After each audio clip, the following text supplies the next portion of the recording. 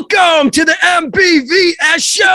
Boom! I'm your host, Mark Hayford, coming at you like a bowl of cornflakes after you already ordered the pumpernickel toast. Woo! Every week, stomping through 2022, talking about mental wellness on the MBVS Show, mind, body, voice, and soul. And I didn't come alone. No, Junebug. I brought friends with me. And let me tell you, these are some of the best in the game when we're talking about not mental illness, mental wellness. Let's start being encouragers. And let me introduce this rock star crew. Ladies and gentlemen, let's go ladies first. Hey, down with the cool breeze and palm trees. What does she not do? She's a podcaster. She's an author, a children's author. She's a producer. She's a voiceover actress. Ladies and gentlemen, get ready for some Barb bombs with Barb Heller. Woo! I'm clapping for myself. Clap it up, girl. Clap it up. Hey, how about a certified trauma therapist, a national speaker of anxiety and stress management? Hi, 2022, anxiety and stress management, all the way from that merry land of Maryland. Ladies and gentlemen, it's Liz Childs. We would not feel complete if we didn't have a brain scientist, doctor, uber smart, talk about dopamine in the pituitary gland. Listen, we have our resident neuroscientist. We have our psychology professor. Ladies and gentlemen, Dr. Haley Nelson. Hey. Five-time author, the man with all the books coming to you right from the Big Apple. The guy is 30 years in the game, trauma bereavement specialist. My friend, your friend, Dr. Norman Freed. What's up, squad? And that's you are. And Mark. I'm Mark. And there's Mark.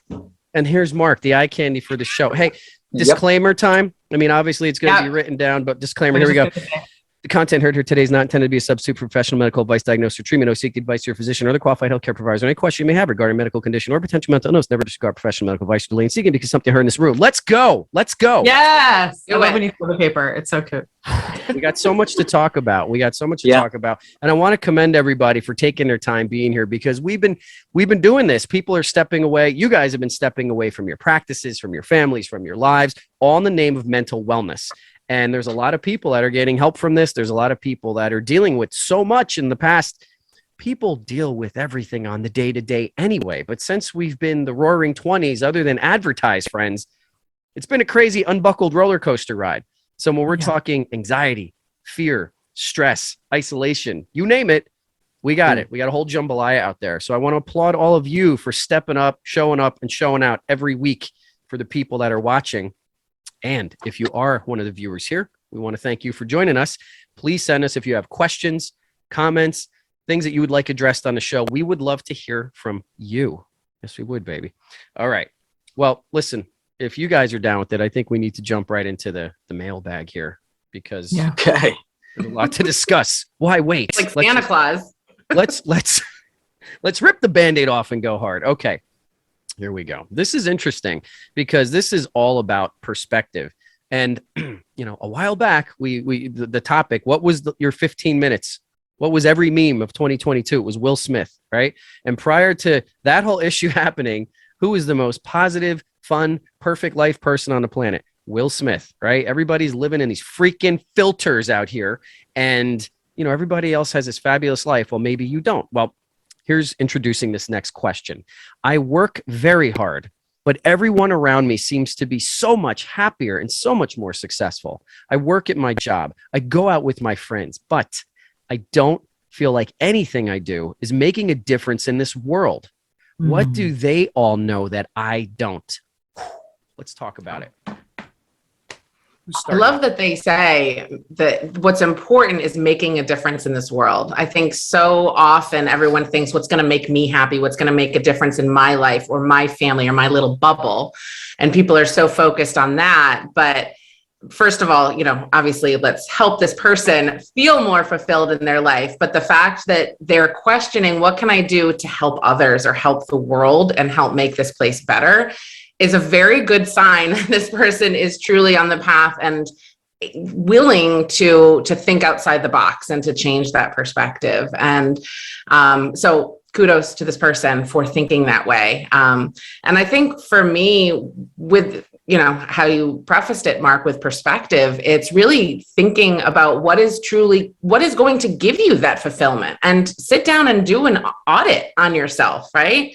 We always do audits around tax season and things like that, but we don't have to. We can do this quarterly, weekly, however we need to really figure out what is it that is going to bring me that purpose. And it's going to be different for each individual, and finding people to help you categorize and figure that out. So whether it's a coach or a counselor, a therapist or a pastor or a friend or Mark Hayford or whoever it is, to help them figure it out, to allow them to say, okay, here's what I want in life, and then come up with those actionable steps to get there. So that's just my 2 cents. I think I'll jump in. Thank you, Haley. That was a beautiful beginning. And I want to echo your words that the fact that this person's bothered that they're not making a difference when they look at other people's lives is, to me, a blessing. Mm-hmm.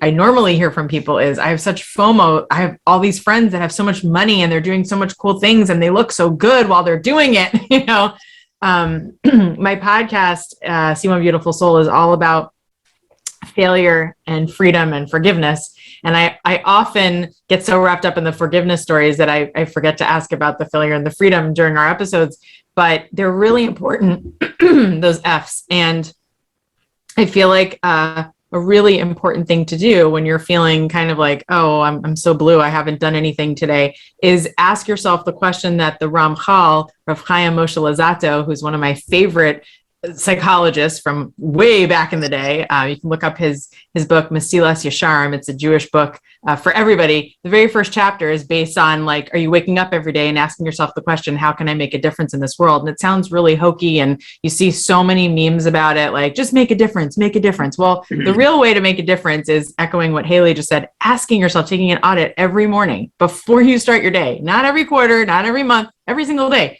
How am I making a difference? And you'll be surprised, whatever you focus on gets bigger. So what I try to do with my life, ever since I found this thing called God, Spirit, Schwartz, whatever you want to call it, that someone bigger than all of us has brought us together, has put that person next to me on the bus, in front of me, in the car, is how can I make a difference in this person's life? Every day, all the time. It's almost like a sickness. I had a coach once say, you're doing it too much, stop. And I politely disregarded what they said. Therapists don't always get it right. It just didn't resonate with me. And so when you start to do that, you get addicted to it. And I think the other thing to notice is we are human becomings. We are not human doings. And in order to really be that, stop focusing on what you're doing and just be. That's my 2 cents. Love it. I'll jump in, and I want to say thank you, Barb, and thank you, Haley. In terms of this particular question, I first want to let this man know to take a closer look at your hero, because you may have just insulted yourself. Just because somebody appears to be doing better on paper or on screen than you doesn't mean that that's completely true. Every one of us carries a faithful ache, and we struggle to work through it every day. But you sound like a man or a woman, I'm so sorry, I don't know who it is that asked the question, that really wants to shine your beautiful light in this world. But first, every one of us has to get comfortable navigating our way through the dark. And when you do, you will have a lot to shine on others. I would suggest not to despair and think that what you see in others is what it really is. And as Barb so beautifully said, take an inventory or an audit of what is your greatness. Who am I when I'm at my best? Whose life is better simply because I've been in it with them? When you do that inventory, that audit, you realize that you've already been shining a light, and that maybe you didn't know it, but others did. Have faith. You got a lot more inside of you than you think. So I would actually really echo what Dr. Fried had said, is that when it comes to our own impact in the world, a lot of times we can be extremely short-sighted. We're never going to be aware of the impact that we have because we don't get neutral feedback in life. And I would really say that for this person, it's a lot of times, like, and let's face it, like, social media is a part of our world at this point, and it's the dopamine slot machine of the internet. And so as soon as we start, like, comparing ourselves to other people, as much as I may like insta sham. It's like we get caught in comparisonitis, and then we start going, oh, but they look like they have it together. I would tell you, do not believe everything you see. Do not believe everything that you feel, because your ego will lie to you. I think you probably have a much greater impact than you have ever been led to believe. And that when it comes to really knowing your purpose and being in alignment with why you came into this world and what you still have yet to do, requires us to get messy and to become more comfortable with being uncomfortable and learning how to sit with ourselves. So the more that we learn where our story, where our ego, where our wounds came from, and learning how to interface and speak back to those, that's when we get to, our story can become someone else's survival guide, but we get to be really intimate and vulnerable. And that's how we connect. And that's why we're all here, is for the dissemination of knowledge and energy. So I would say everything begins and ends with you.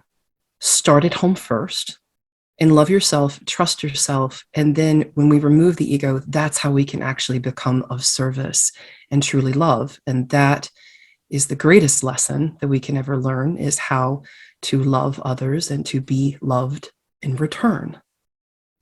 Excellent. Beautiful. Thank you so much. That was great. I love everything all of you just said and came at this from different angles, but this is my hot button here. And I've been to too many funerals in the past couple years. It sucks. We say so many nice things about people when they're dead and they don't hear about it, right? And we all have something great to offer here. We just didn't show up to show up. So when I read a question like this and I hear something like this, it's the old adage, right? It's the best time to plant a tree was 20 years ago. The second best time is today. We are so arrogant. We sleepwalk as human beings. We just feel like we're going to get so much more time. Like we're not promised anything. And I just really love this whole take an inventory of your self-worth and who you're affecting and how you're connecting and all this, because that's so important. You got to have some self-belief, some self-confidence to understand that you have some worth, so you can give that worth and those blessings of who you are out there. I know I'm sweating and yelling at all of you. You didn't even do anything, but it doesn't matter. This is an important one. So great. Thank you. Oh, thank you. Let's move along here. This is an interesting one. I think my wife sent this one in. No, I'm kidding. She didn't. But it says, my husband is friendly to everyone. The whole community loves him, and he's the life of the party whenever we go out. But at home, he's basically mean to me and the kids. It's like I'm just reading this here. It's like he's Dr. Jerkyland and Mr. Hyde. How do I get him to treat us at home the way he treats strangers? Well, what advice can we give to Mrs. Jerkyland here, or Mrs. Hyde? I'm not sure which one she is.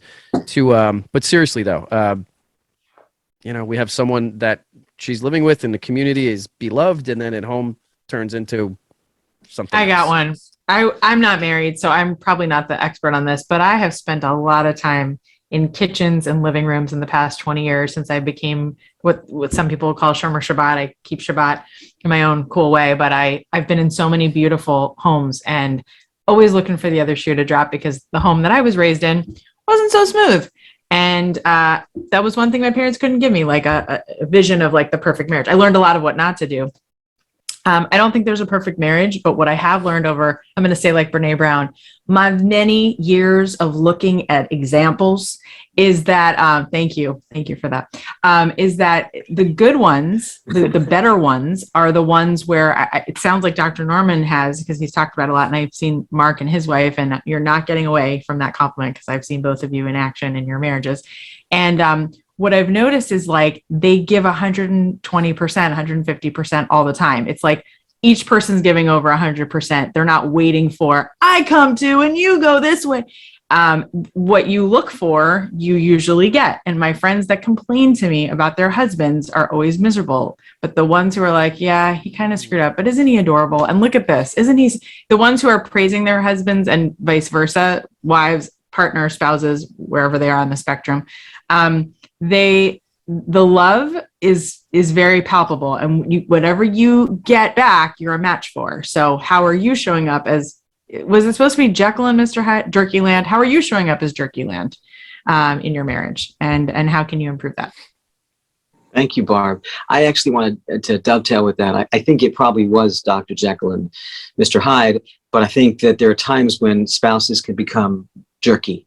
And this person is letting us know that there is two kinds of people in her life. The one who's lovely to the community, maybe because he feels it's going to work for him in business or in public affairs, but then maybe his more brash self at home.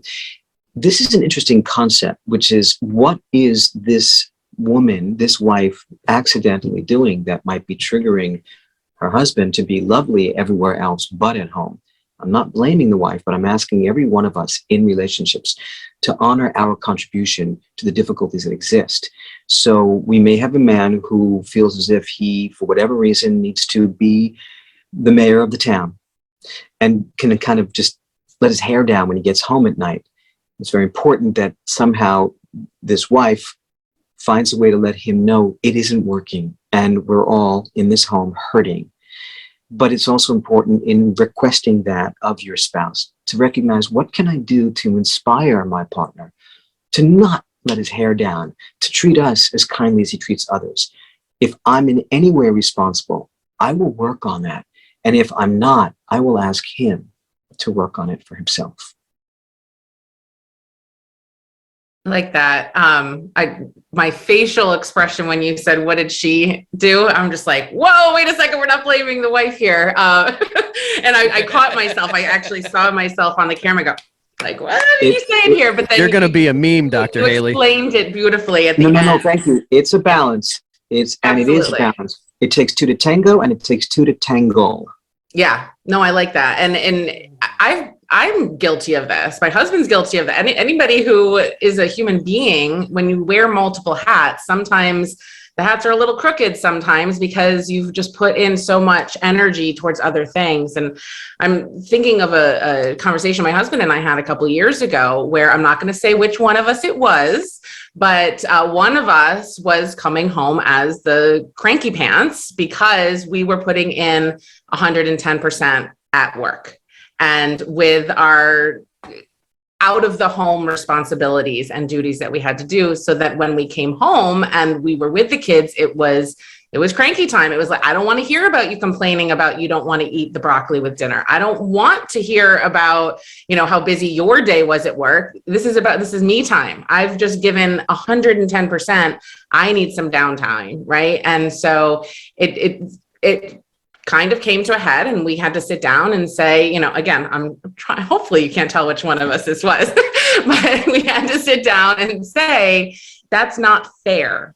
We need to see the best version of you here in the house too. And so what can we take away from your responsibilities at work? Can you delegate some of those tasks to other people? Can you release some of those jokes, or, that you don't have to give 110%. How about 98%? You're not going to get fired over it. You're still going to be able to get your raise and whatever, because we need some of that too here at the house. And if you're finding that it's too stressful and overwhelming at home, what can I do to help, facilitate this situation so that you are more relaxed and more comfortable?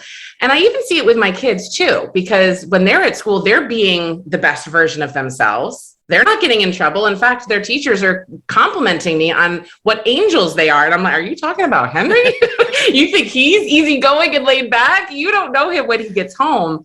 And when I've spoken with people and they say it's because he can be himself at home. He's putting on this show at school, and when he's home, all of the frustrations and anger and everything else is able to come out because he's in a loving, accepting surrounding. And so there might be some of that going on with this partner as well, that when they're out and doing all the things in the community, they can't express their true emotions and their true feelings. They're hiding it. They're putting it behind a wall. So when they're home and they're comfortable and they're in that loving surrounding, they're able to release it. But then now we need to be able to find a way for them to be able to release it in a healthy, safe way. And that's another thing I want to make sure that this partner, the wife, is in a safe relationship, that she doesn't feel threatened for her life or her children's lives if they have children at home. To help. Absolutely. Thank you. Liz.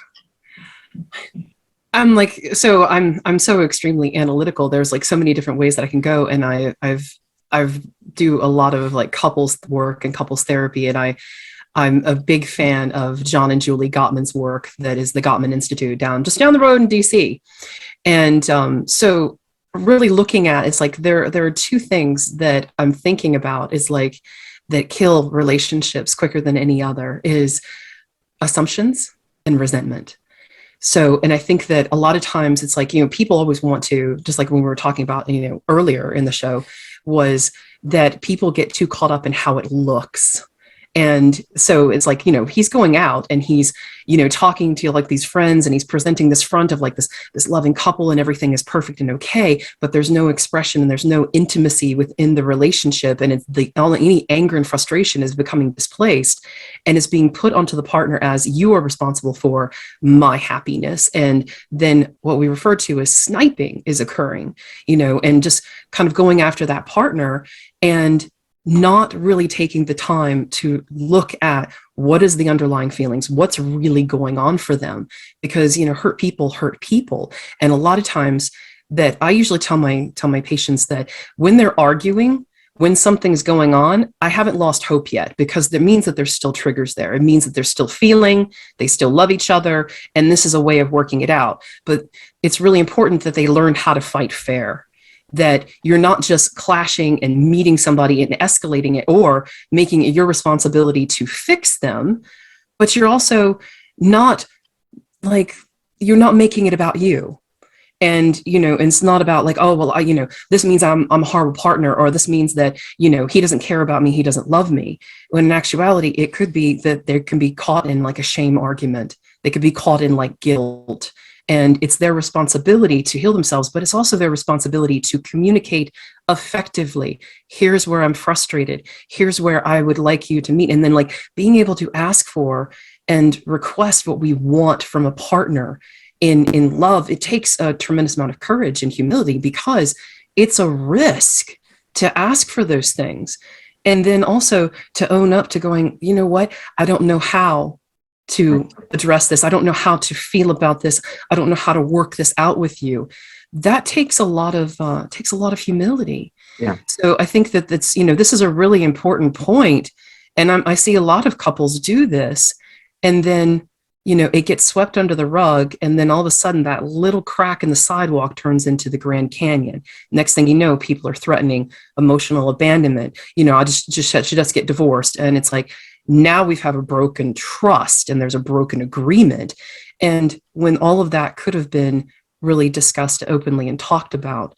So yes, Haley's actually correct. Is like, how am I showing up in this marriage? How can I make this safer for you to be able to discuss and work this through with me in a way that we're productive, in a way that's loving, in a way that, I can help you to heal some of those past things that perhaps are really uncomfortable to face, even in public, in front of other people.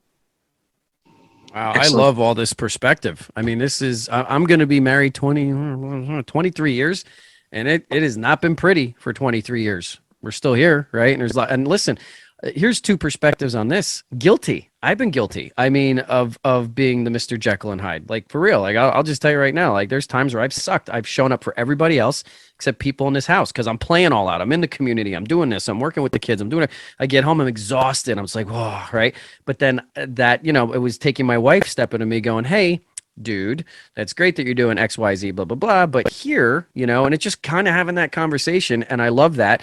Not escalating, and fair fight. And that's not even a fight. That's a conversation of realization, and that helped me kind of center that better. So I could still do what I feel I need to do out there, but also be present in here, which is a balance. And that comes with time and conversation. The other, really, thank you. I was going to say, it gets really hard when you're both giving 110%, and then you're coming home and you're both exhausted. And that's when it becomes very challenging. And that's when having those audits, daily audits, weekly, monthly, whatever it is, to really step back and say, am I doing what I need to do to fulfill myself? Like, what are my core values? And am I doing everything for it? For me, it's family, faith, and, fun, my 3 F's, right? And so those are the 3 things. If it's not filling one of those 3 things, then I'm not going to do it.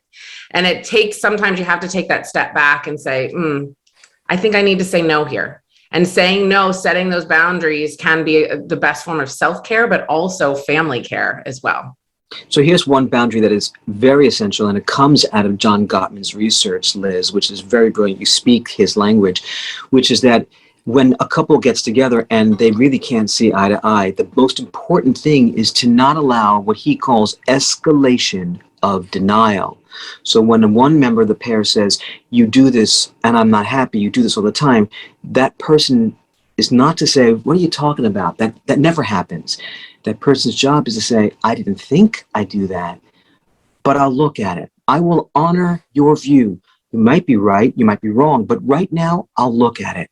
When we stop denying or disavowing the view of our partner when they're sad, we will have greater harmony, and the relationships will exist much more healthily, such as the one that Christina and Mark have for 23 years. God bless.